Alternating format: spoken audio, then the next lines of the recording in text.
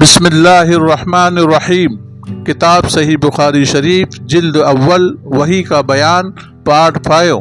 بات ازا ہرقل نے ترجمان سے کہا کہ ابو سفیان سے کہو میں نے تم سے ان کا نسب پوچھا تھا تو تم نے انہیں شریف نسب بتایا، اور واقع تمام انبیاء اپنی قوم میں عالی نسب مبعوث ہوا کرتے ہیں۔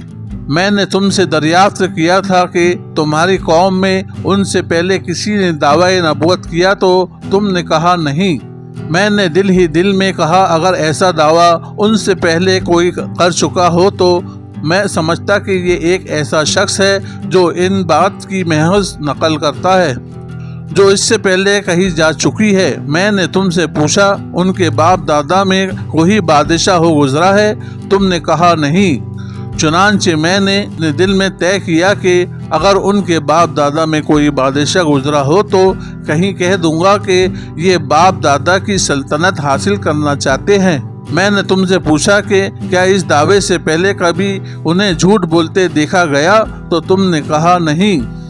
بس مجھے یقین ہو گیا کہ کوئی بھی ایسا شخص نہیں جو لوگوں پر جھوٹ تو نہ بولے لیکن خدا پر جھوٹ باندھے۔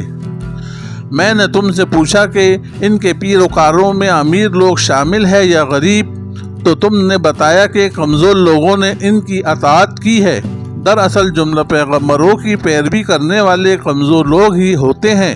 میں نے تم سے سوال کیا کہ پیروکار بڑھ رہے ہیں یا کم ہو رہے ہیں تو تم نے بتایا کہ روز بڑھ رہے ہیں۔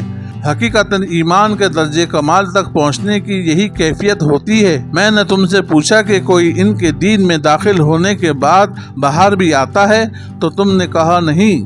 ایمان کی یہی صورت ہے جب کہ ان کی مسرت دل میں جذب ہو جاتی ہے۔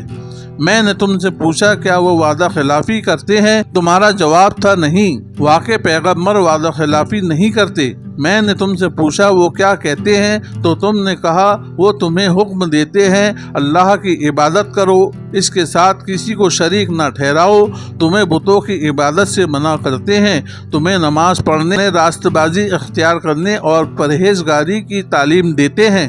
اگر تو تمہاری بیان کی ہوئی بات سچ ہے تو ان قریب اس جگہ کے وہ مالک ہو جائیں گے جہاں یہ میرے پاؤں ہے۔ مجھے سابقہ کتابوں سے معلوم ہوا کہ وہ ظاہر ہونے والے ہیں، البتہ یہ علم نہ تھا کہ وہ تم میں سے ہے۔ اگر مجھے علم ہوتا کہ میں ان تک پہنچ سکوں گا تو میں ان سے ضرور ملتا۔ اگر میں ان کے پاس ہوتا تو ان کے پاؤں دھو کر پیتا، یعنی خدمت بجا لاتا۔ پھر ہرقل نے رسول اللہ صلی اللہ تعالی علیہ وسلم کا وہ خط جو آپ نے وحی قلبی کے ہاتھ امیر بصرہ کے پاس روانہ کیا تھا اور امیر بصرہ نے اسے ہرقل کے پاس بھیج دیا تھا، منگایا اور اسے پڑھوایا۔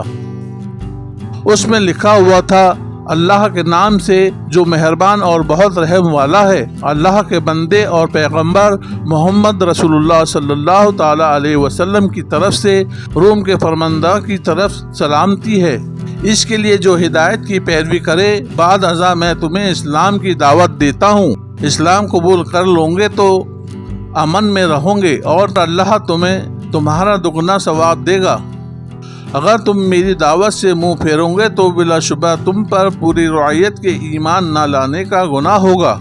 اور اے اہل کتاب، تم ایک ایسی قدر کی طرف آ جاؤ جو ہمارے اور تمہارے درمیان مشترک ہے، یعنی ہم سب ایک خدا کے علاوہ کسی کی بندگی نہ کرے اور اس کے ساتھ کسی کو شریک نہ بنائے اور خدا کو چھوڑ کر کسی دوسرے کو اپنا خدا نہ قرار دے۔